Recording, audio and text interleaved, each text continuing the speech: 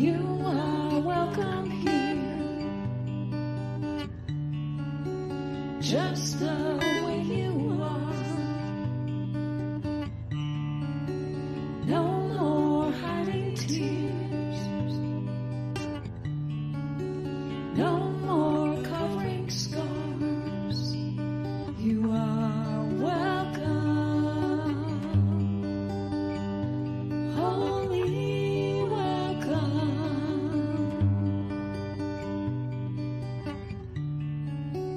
You are welcome here, just the way you want to be. Bring your deepest hopes and all your wildest dreams. You are welcome, holy welcome, holy welcome.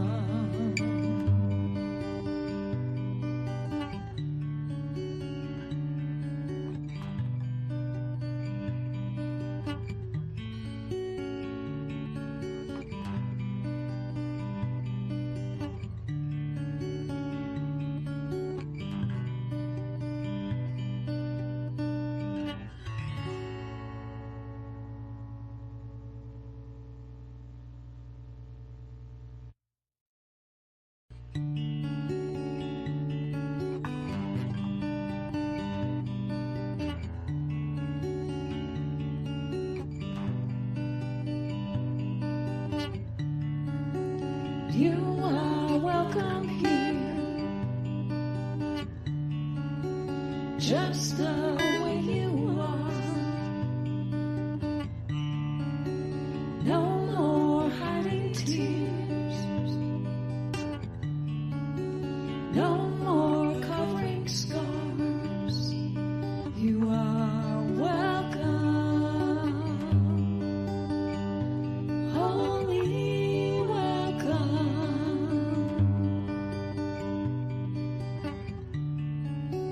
You are welcome here, just the way you want to be. Bring your deepest hopes and all your wildest dreams. You are welcome.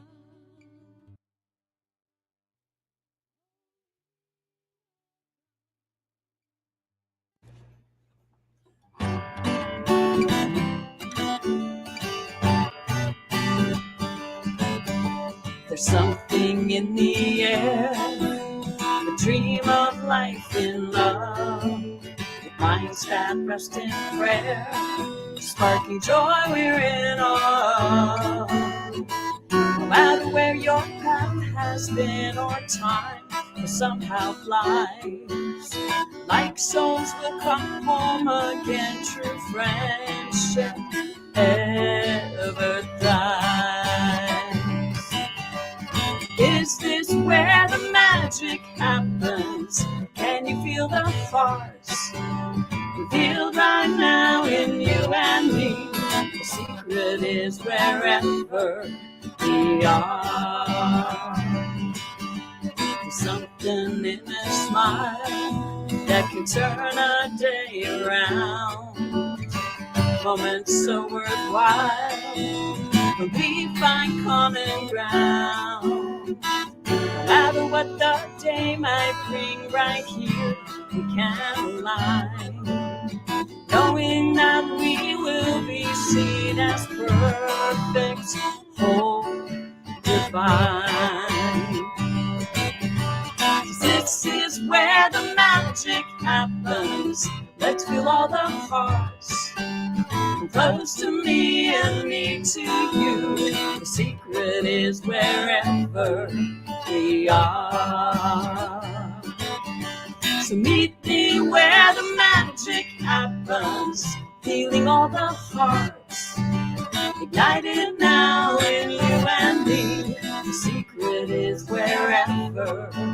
The secret is whenever. The secret is together we are.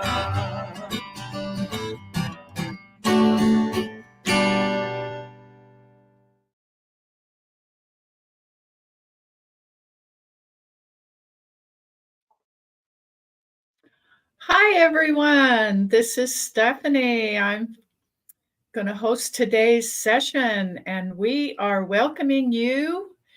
And our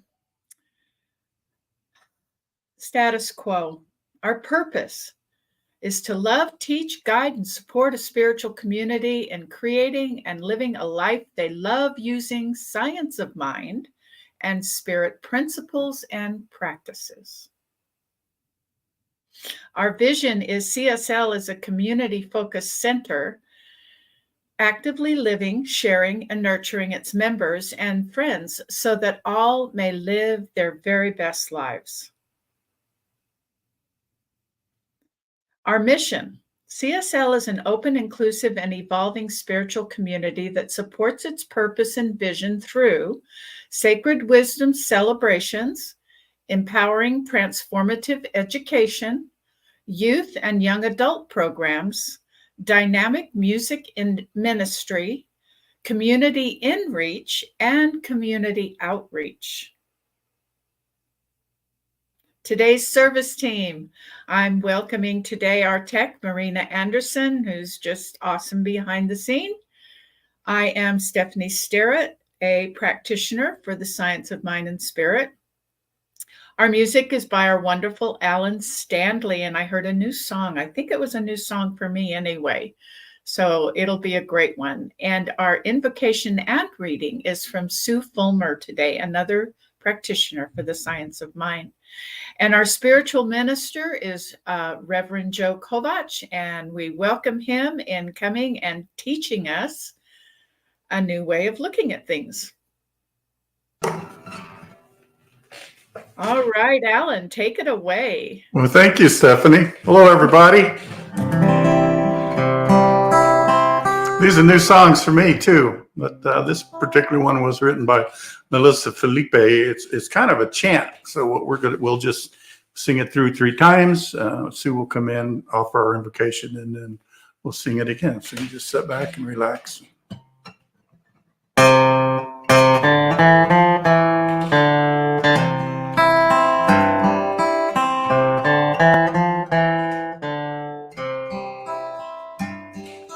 There is only one of us. In your eyes it's me I see. There is only one of us. You are my reflection. There is only one.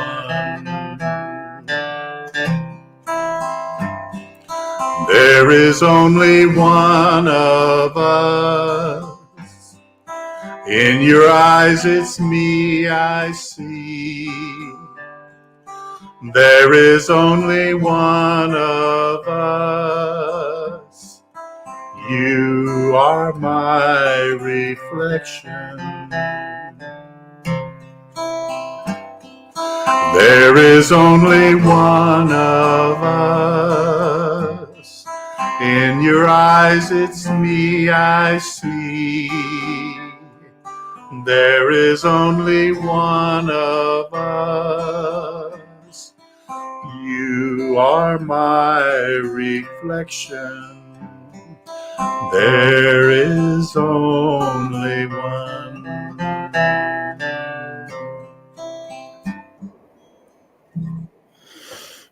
Thank you. I have the opportunity today to share with you an affirmative prayer.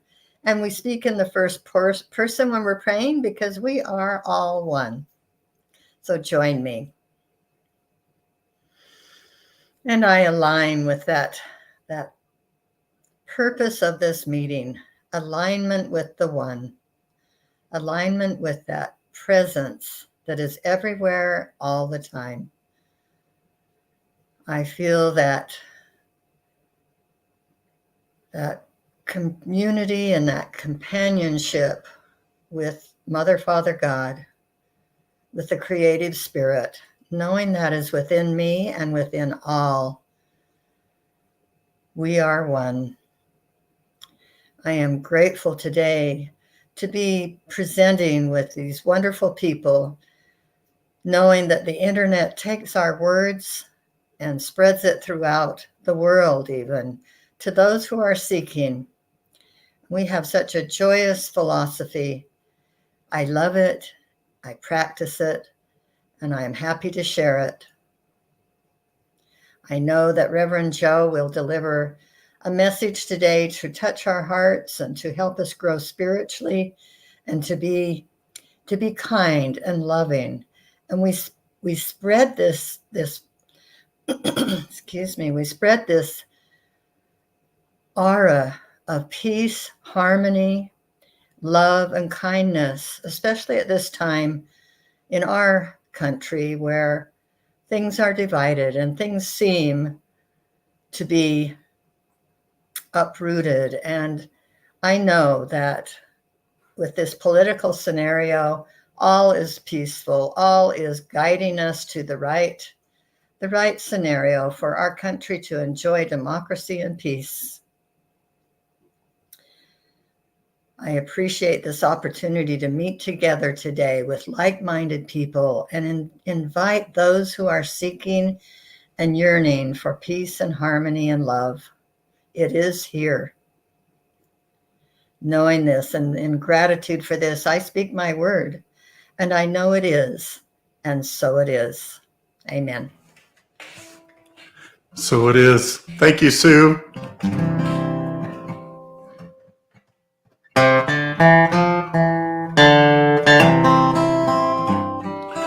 There is only one of us.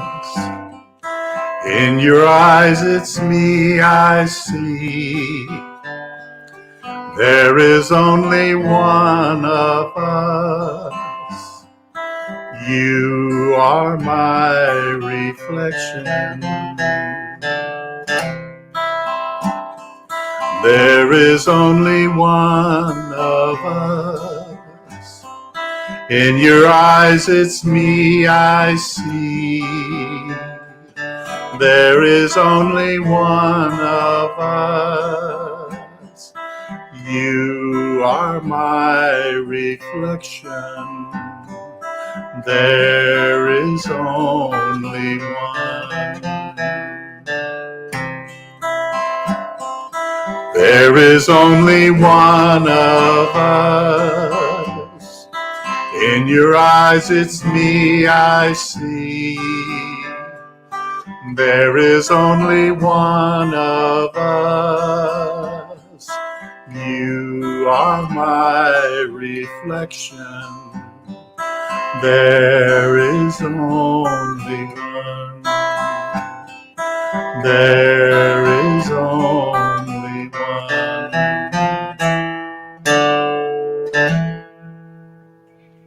Right, now we'd like to welcome Sue back. Whoop, that was quick.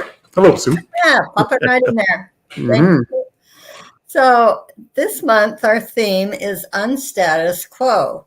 And I'm thinking if we're stuck, we need to do some change. And so for today's reading, I thought I would change it up a little bit. And I want to share with you a little meditation. I went to Pine Valley not long ago. It's a beautiful mountainous area with pine trees and a creek, just beautiful, close to St. George. And I spent the day there, and I wanted to share the spirit of that place with you today. So take a deep breath in your comfortable place. Take it in and hold it and let it go, and close your eyes if you need to visualize this beautiful place.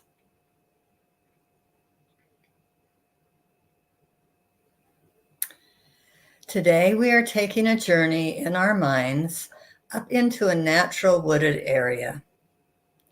It's a pleasant warm day, and you are dressed perfectly for the temperature. Upon arrival, you step out of your vehicle and begin a slow walk into the forest. You are getting closer and closer to beautiful, tall, evergreen trees. A gust of warm wind brings the fragrance of pine into your awareness. Breathe it in. As you walk along a dusty path, you see an occasional boulder rising above the ground. Now you see pine needles on the ground ahead. As you reach them, you hear the crunch of the dry needles. Now envision that you are approaching a stream. You can hear the water flowing. The tall pines are on each side of the stream, and you're at the side where you see the sun reflecting off the moving water. Find a comfortable spot under a tree to listen to the water.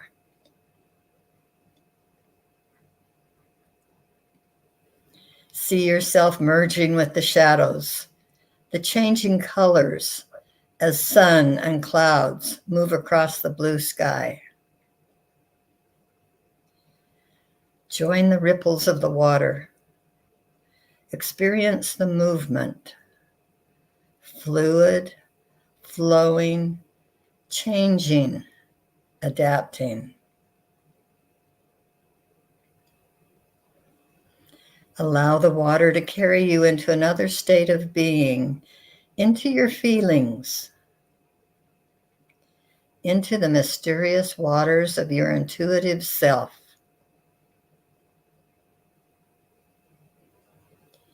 Embrace the comfort and security within these mysterious waters.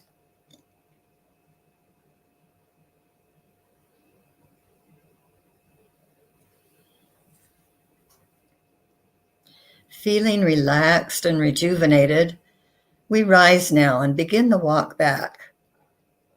You know that you carry this experience within you and trust that the wisdom of nature and your intuitive self is always available to you. As you come back, give gratitude for what you have seen and felt in this experience today. I'm grateful that we were able to go to that place together today. Namaste. Thank you, Sue. It's one of my favorite places is up there in those mountains. That's great. Thank you. Whoa. Kind of makes me feel human.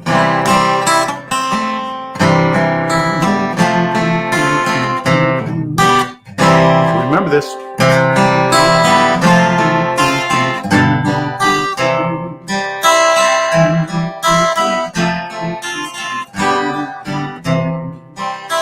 I am a member of this human race. Ask me where I'm from, I'll say a human place. Born here with a heart, a soul, a face. I'm a member of the human race. Looking at the forest, all I see are trees. Oaks and elms and sycamores, branches and leaves. Everyone is different, everyone's the same. Planted here on this earth, we give them common names. In a universe so vast, we must guarantee humanity will last. I am a member of this human race. Ask me where I'm from, I'll say a human place. Born here with a heart, a soul, a face. I'm a member of the human race. We have all made wishes on the same bright star. We fight the same energy in our human hearts. We will come together when we realize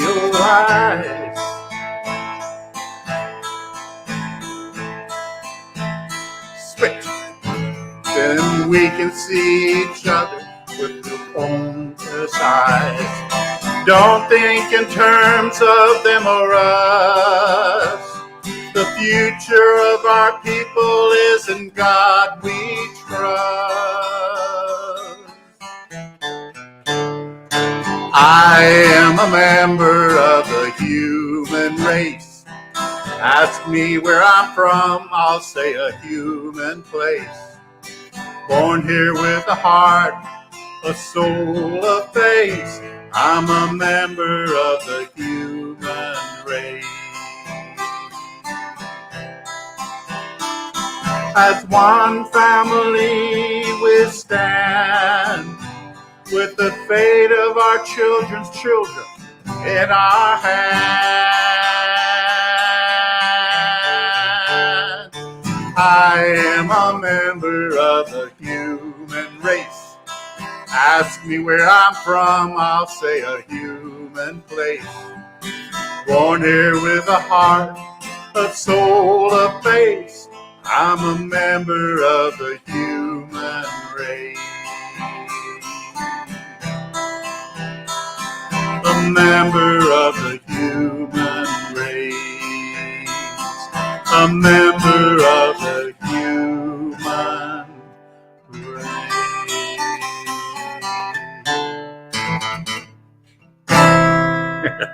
I'm human, all right. Thank you, Alan. That was beautiful. Yeah, we all are. We are one. All right. On with the show, the impact of othering. This is an interesting topic, and I can't wait to hear more about it. So I'm going to bring on our Reverend, and he's going to tell us all about it. Good morning, Stephanie. How are you?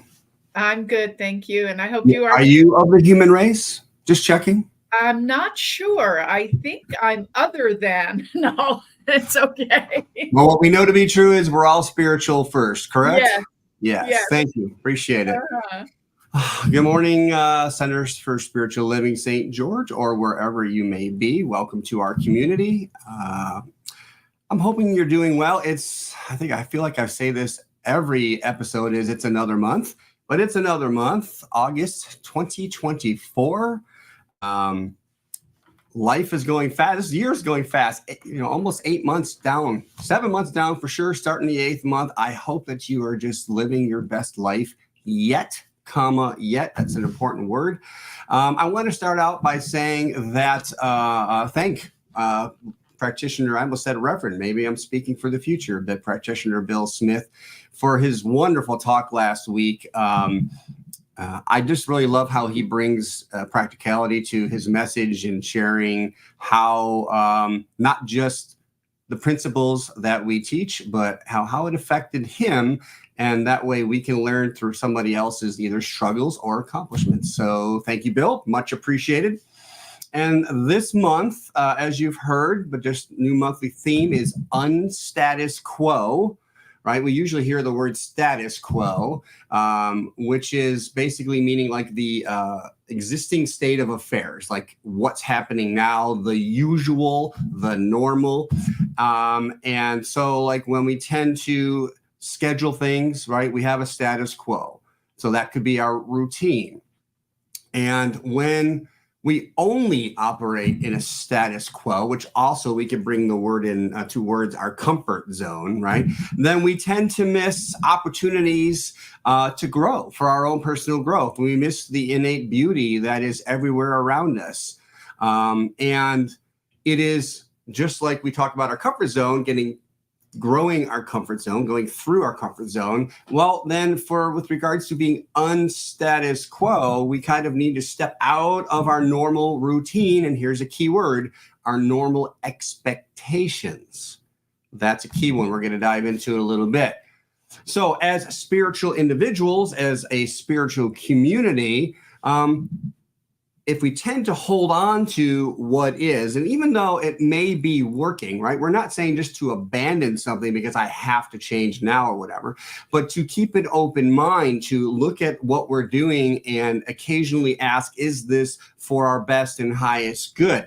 Especially releasing and looking at our expectations, because when we become attached to that routine, attached as if we can't let it go, then we really tend to stifle our own growth, both individually and as a community, and as Alan sang, which was perfect, as a humanity, as a race.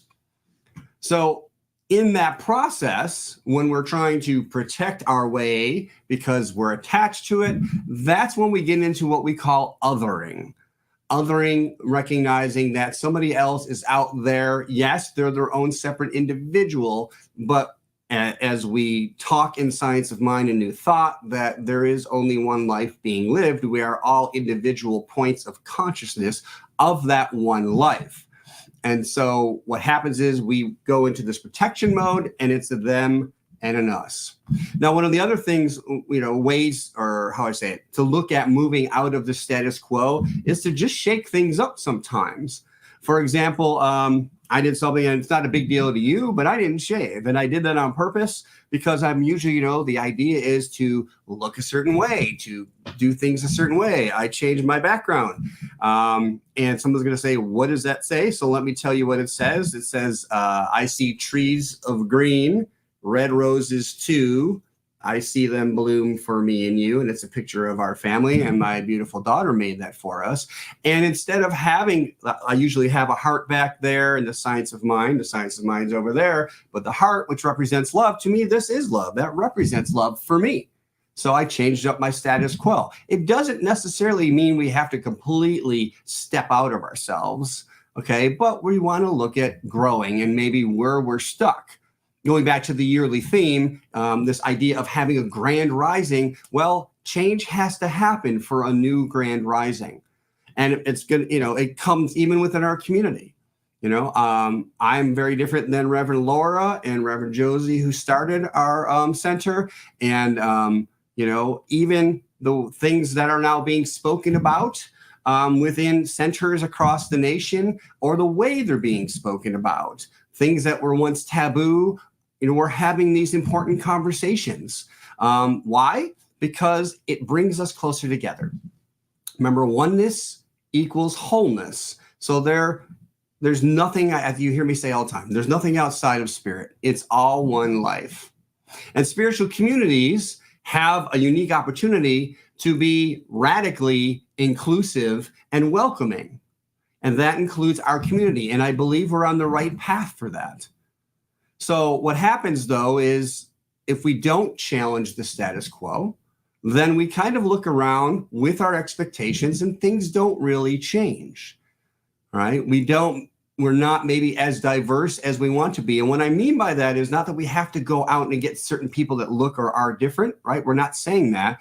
But are we growing? Have we changed at all? Are there new people coming in, right? Because new people will help change the status quo. Is the message stale? Things like that. So this week we're beginning to dissect this phenomenon of having an unstatus quo of change, as well as this concept of othering. And as a philosophy, if we believe in oneness, and we do, then we must begin to include ideas and topics that have usually been left out. We're going to do things and participate within our community in ways that maybe haven't been done before. Okay, there's a whole list of topics that are maybe taboo to some, but this year and the last few years, we've talked a lot about racism and homophobia and other things, though, that maybe not poverty so much or homelessness so much. We talk about mental health, but mental illness is a thing. And even incarceration. And I'm going to share a story about that later. So remember, no matter what we're talking about, we're coming from a place of love, of kindness, of compassion, of empathy, of oneness and wholeness. Now, a beautiful thing with regards to the way we look at, actually, let me go to our first quote. So Ernest Holmes, founder, says, while all people have the same origin, no two are alike except in ultimate essence. A person is an individualized center of God consciousness and spiritual power, as complete as they know themselves to be. Let me read that one again. They are as complete as they know themselves to be, and they know themselves only as they comprehend their relationship to the whole. What is the whole? That which we call God. Now, what is God? Everything and everyone that we experience in our now moment, wherever we are, that is our relationship to the whole. So as we treat others, okay, we are treating God, spirit, life. And what do we know about that? If that's the energy going out, then we receive that back. Okay, so it's important to recognize that, and even just step on, if maybe you've never done this before, to step on this path of recognizing, that we're all coming from this same beautiful, loving, unconditional loving, meaning love as a, not just a hallmark or I love you as a simple relationship, but a deep love because we know that we're all one. And then recognize or work at our own awareness of what that is. What is my relationship to that which I call God? Is a God out there judging me? Is the God out there full of wrath and vengeance? Or is it a loving God? Or is it truly in the eyes of everyone I meet and interact with, and every situation, every experience? So with, or I should say through the application of science of mind principles, we look to uplift and support and love every individual in their becoming, in their growth. Now, one of the ways that helps me kind of grasp this in a new setting is, and Ernest Holmes says this, I think I have a slide. Yes, he says, in mind, there is no time, no space, no place. There is only wholeness, oneness, and eternity. So what are we saying here? That remember, we are spiritual beings, that which is eternal, that which is one, a individual part of the whole. We are one. So therefore, we are living in this experience that we call humanity, but we are so much more than that. So in other words, our essence is outside of time and space. Therefore, our relationships with each other are in essence also outside of time and space. So what we feel and hear through our limited interactions and our limited awareness as human beings is pure love on the outside. So to me, I share this because it helps us maybe shift in perception of really who I'm dealing with. All right. And in essence, maybe it's like I'm dealing with this character. How many of us have favorite actors or actresses and they play a role that you just can't, it's ugly to you. Like, it doesn't fit who you know they are. Right. And we have to remember, wait, that's a role they're playing. Who is their essence? Who is their truth? And I don't know about you, but I've done that. I've been through this and I'm like, oh my gosh, like I can't look at that person that we see as the actor in the same way, forgetting that they're human and they're playing a role. And that includes ourselves. So this concept of timelessness and eternity within one mind highlights this idea that our connections and relationships, again, extend beyond this limited temporal existence that we're living. Right? Doesn't that sound exciting? In other words, like even our arch enemy growing up or whatever, when we step outside, when it's our time to leave this world in a physical way, that we will be able to commune. And I look at it as laughing, and like we're getting together after the play and having a good time celebrating what we did. Because in essence, we're always going to grow. And from this perspective, though, or I don't know if I say though, but the act of othering then becomes a behavior or concept that is more out of alignment. What do I mean by that? Well, what happens again, we get caught up being human and then we go to a this or that. We separate ourselves from their essence, their truth, which is spirit.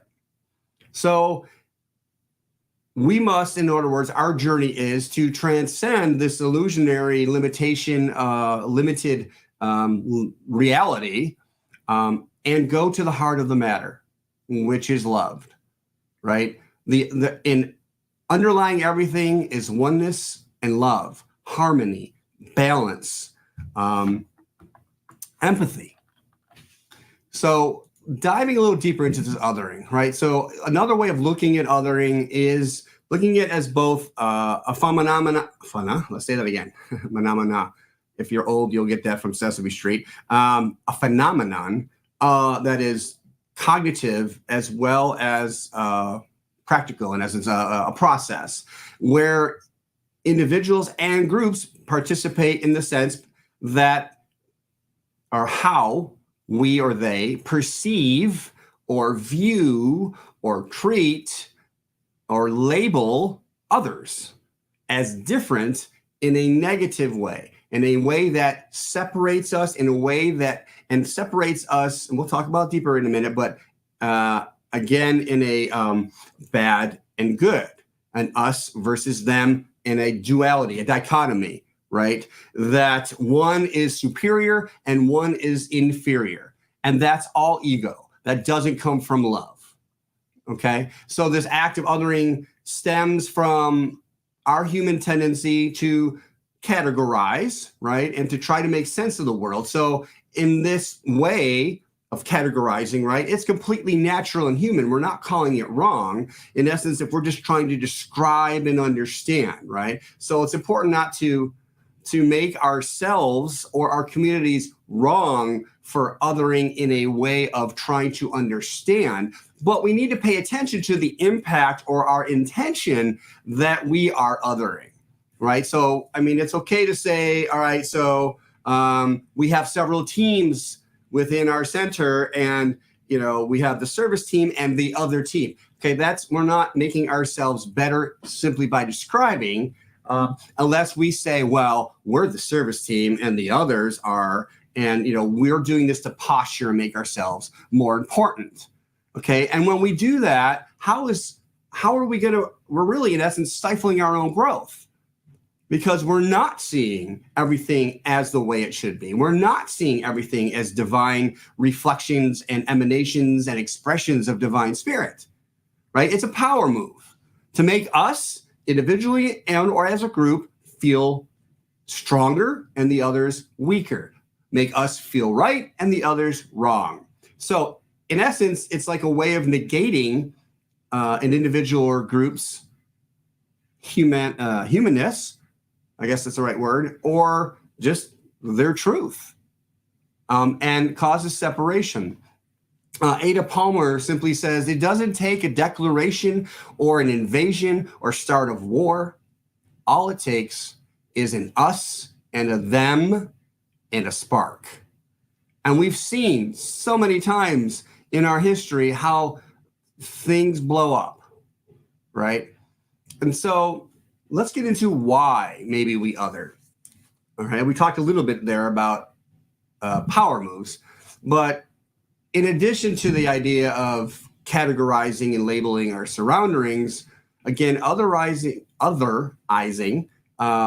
comes from really a deep psychological, deep psychological and social factors that are within our culture, are within our race. Again, this is why we individually do our own work to become aware of our own biases or our own prejudices. And everybody has something. It doesn't make us wrong, okay? Yet we can grow from that. And so in essence, really othering can be seen as a defense mechanism, a psychological defense mechanism.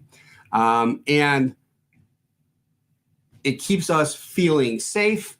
And then what happens is we get so used to it again, we tend to reinforce our belief in others and ourselves, thinking it's helping us with our own insecurities, when really it's stifling our growth. It's keeping us stuck, right? We, in Science of Mind and New Thought, we love this idea of being in control of ourselves and our surroundings.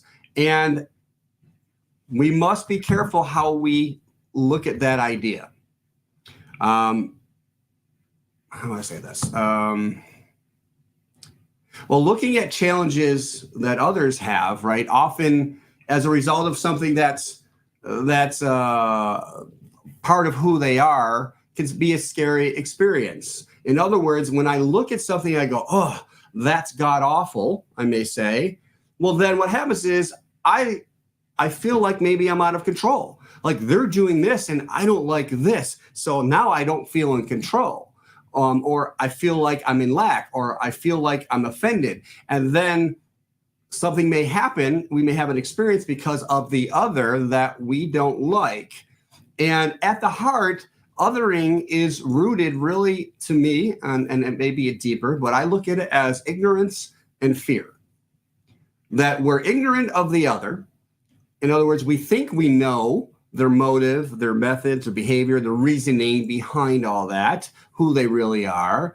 And when we don't, or on the other side, we don't really know, we think we do, but we really know we don't. So we go into fear due to our own ignorance, meaning we think, again, not knowing.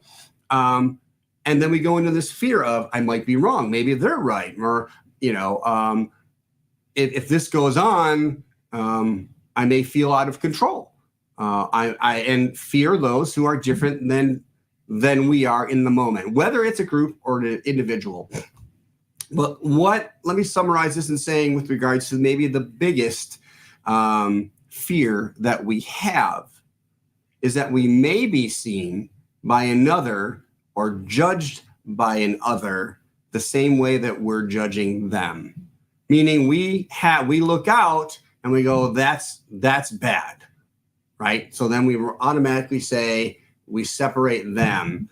But then there's this voice in our head that says, well, I've done something similar. What does that make me? Oh, wait, I don't want to think about that. Let's just push them away so I feel safe in my own little cocoon. And that's where we can get trapped. So I want to share an experience that I had a part of my life where I was looking for some extra money, part-time job. Again, I was working as an educational academic counselor and in a school again. And I had the opportunity to work at the local jail here in Las Vegas, Clark County Detention Center. It paid really well. And my job was to when I was first hired, to teach certain subjects to the inmates, things like alcohol awareness, drug awareness, life skills, things like that. And there's a whole story of how I got the job, which is neat as well, followed our principles before I even knew what they were, but I'll skip that for another time. So the first thing we do is I have to go in for training. I get all my paperwork done, and this female officer takes us on a tour of the lesser security tower. And so we walk through and they say, this is where they live. And I look over and we're walking by and there's this basically glass wall that is in a huge room, like the size of a large cafeteria. There's probably about 200 inmates in there. And as I looked out and saw them, my heart hurt. And I will say that because that's the best way to describe it. My heart hurt. Now, this is before I knew anything even about our philosophy or faith. And I remember one of the people along with us, because there were several of us on this training, they start waving to them. In my mind, I was judging them, kind of like they're not animals, like they're not there like a zoo, but that's kind of what it felt like. And a couple of them, of course, waved back, but it really affected me. In the Bible, there before the grace of God go I. And so for 4 years, between 4 and 5 days a week, evenings, I taught them. And what I ended up teaching them was what we know now, most likely, is science of mind and new thought, meaning like there were 10 different subjects and there's no way I had enough time to prepare for that. And so what I ended up teaching them was self-empowerment and love. And 10 classes a week for both males and females. And I have no doubt that it changed my life by the way I changed the way I looked at them. Now, I was very harsh with regards to looking at someone who did, and the people I dealt with were everything, from pretty much the worst of the worst to minor things, but they were all there for their own reason. And we'll have a deeper conversation some other time. But the things I learned, that they're human. Yeah, and every one of them that I got the chance to sit in front of and talk to, every one of them wanted better for themselves. And every one of them felt their own grief for what they've put others through. That's one. That's the perfect example of oneness. And it changed my life forever. So let's look at how maybe we can counter othering. And Rumi gives us a good suggestion. He says, friend, our closeness is this: anywhere you put your foot, feel me in the firmness under you. What if we all carried that energy, right? Or we can at least look at that which we call God or spirit, always being in essence underfoot, within us, everywhere present, right? We can become more consciously aware. We can become more empathetic, more compassionate, more willing to challenge our own status quo, willing to challenge our own biases and prejudices, and maybe even take a look at our expectations and ask ourselves, is that really the best that I can do? Remembering this whole time that spirit is wholeness, that everything is happening within God. Now, we're not saying that God, in essence, is this, we can look at quote unquote horrible action, but that's through our own experience of what we're choosing, okay, on an individual basis. Now, if that's all we do is support this person who's already feeling bad about themselves, they're making bad choices, and that's all we do is judge them with negativity, in essence separating, then how are we really part of the solution? We're just adding to their truth in separation, in struggle, in lack.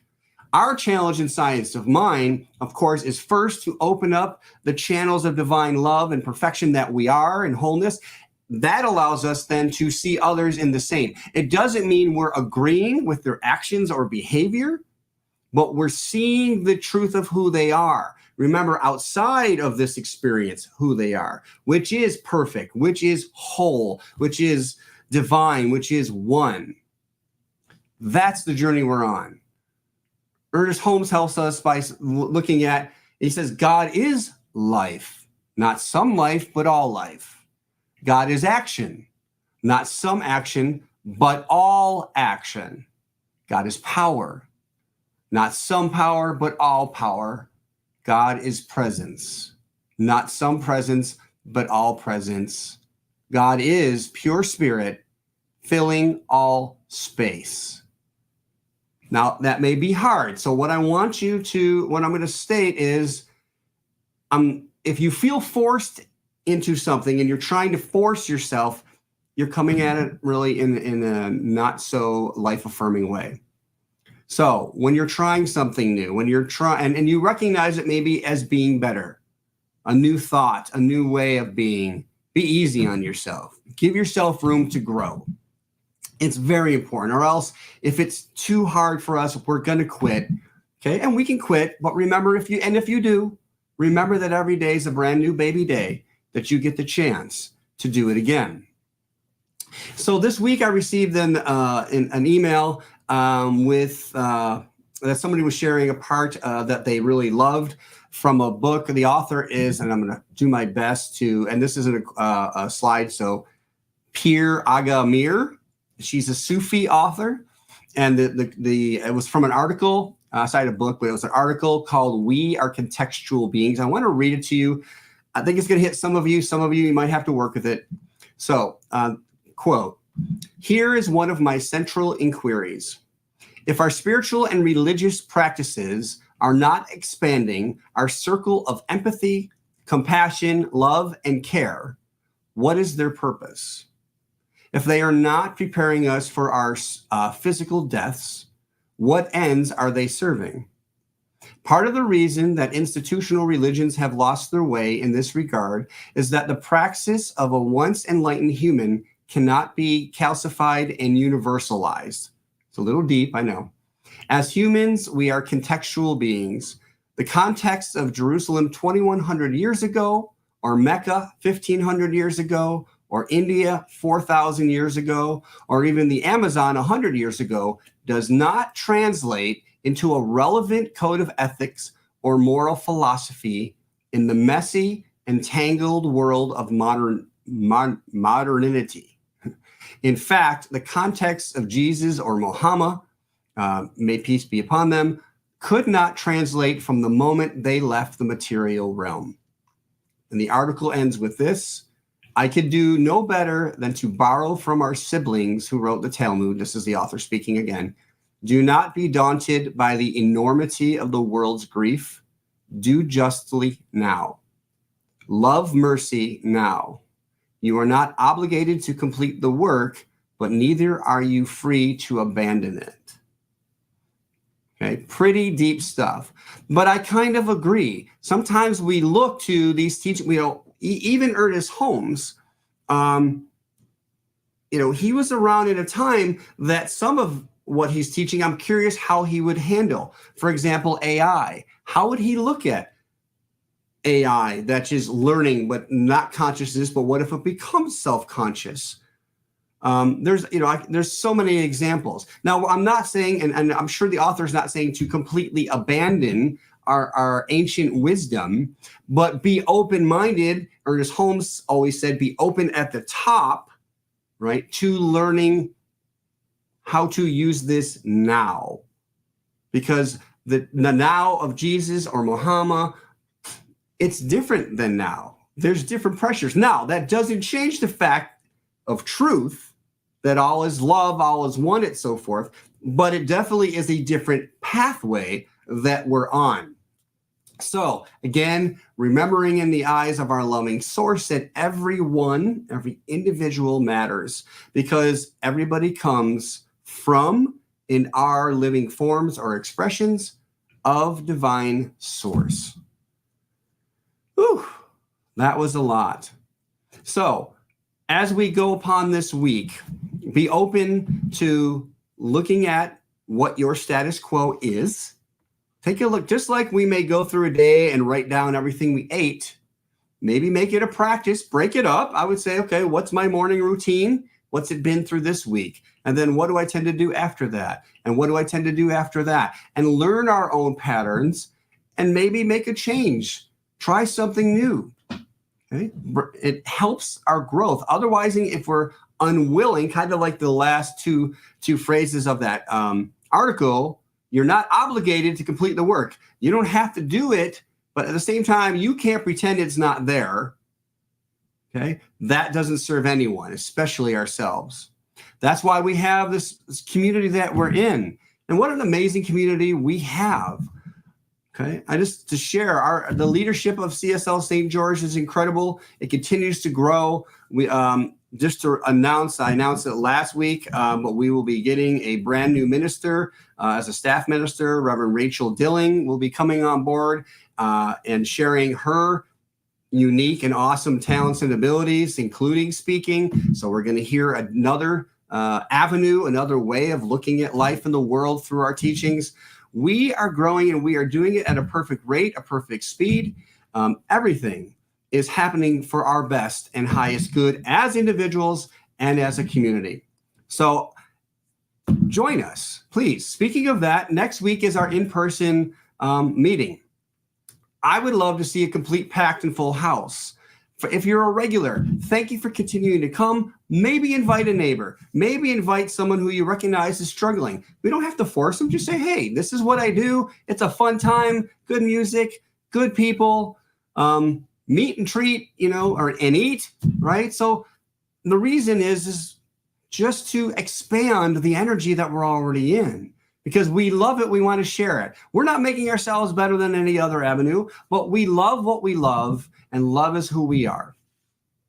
Now, in essence, as we're going through life, I had to add a little humor, and I'm going to share it with you. Some people Some cause happiness wherever they go, others whenever they go. Little humor there, so make sure that we're the ones spreading happiness, not making people happy. And that may be happy anyway, because we're out here to please everybody. And then sharing finally our practice of affirmations and practicing in the simplest way. And it's not just reading the words, it's embodying the words and energy that the words hold.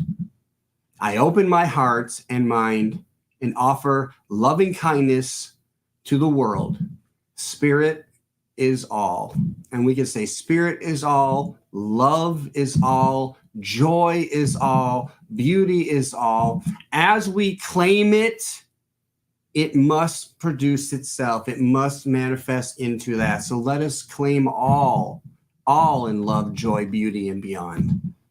So I'm going to close with prayer. I'm going to close my eyes so that it helps me focus. And I'm going to recognize that divine presence and essence and power and energy that is what we call the all, source. Name it what you will. It is, in our essence, indescribable, ineffable. There's no words. It is a relationship that we each individually have and share and are on this journey to grow and deepen, to become more aware of who we truly are and what our role is here as a human race, as an individual, as a group of individuals, recognizing that we are never outside of the presence of the divine, of God, of spirit. We see this spirit in every situation, in every being, in every life that is being lived, that there is nothing. We may look at a rock and say that is not alive, but there is nothing outside the vibration of the divine. So we know that which we call God is truly everywhere. And the fullness of God is everywhere. That God is all-knowing, so there cannot be a question without an answer. We work each day on ourselves so that we may grow in understanding of our divine relationship with love, with joy, with beauty. We only see others in the sense of trying to understand who we are and who God is, but it's never a power play. We don't make ourselves better or worse than anyone else. Again, we recognize that everything is happening for our best and their best highest good. We don't have to know how, we claim it and let Spirit show us. Show up and show us. We know all is love. We wake up each morning claiming it, and we release the expectations or our norms of how it has to look. We just allow life to show us its magnificence. And join me in saying, and so it is. And so it is. Thank you, Reverend Joe. My pleasure. Thank you. Ponder. Yes, especially for me, as individualized people, and myself first and foremost, is to come to the heart of the matter. Yes, well said. Yes. That's it. And I hope people join us for our conversation afterwards so we can go deeper. Yes, I think it'll be lively and good. Let's do it. Thank you. All right, everyone. Okay, so we're going to go through some announcements. Here we go. Prayer request at www.cslsg.org/about. Any of us will be more than willing to sit in prayer with you. Next week, in-person service is August 11th. Please show up. And yes, do invite someone. That would be awesome. Number 3, our Switchpoint kitchen help email is tim.meg10003@gmail. And like Reverend Joe says, join us for our Zoom call and we'll have more to discuss. All these details are in our website and in our newsletter. Abundant prosperity, give with Zelle. Zelle is a bank-to-bank transfer system. This see the newsletter for instructions on how to do Zelle. And we can give online at our PayPal link and donation page, or use the QR code, or you can give by mail. You can send checks to CSL St. George, P.O. Box 3132, St. George, 84770. And we appreciate everything that you send to us. It does help us tremendously. Upcoming Sundays, okay, like next week, Trauma 101. Oh my goodness. Okay, Trauma 101. Okay, there's a lot of that going around. And August 18th, let's talk about sex, baby. Oh, I'm in for that one. Okay. And now we're going to bring everybody up.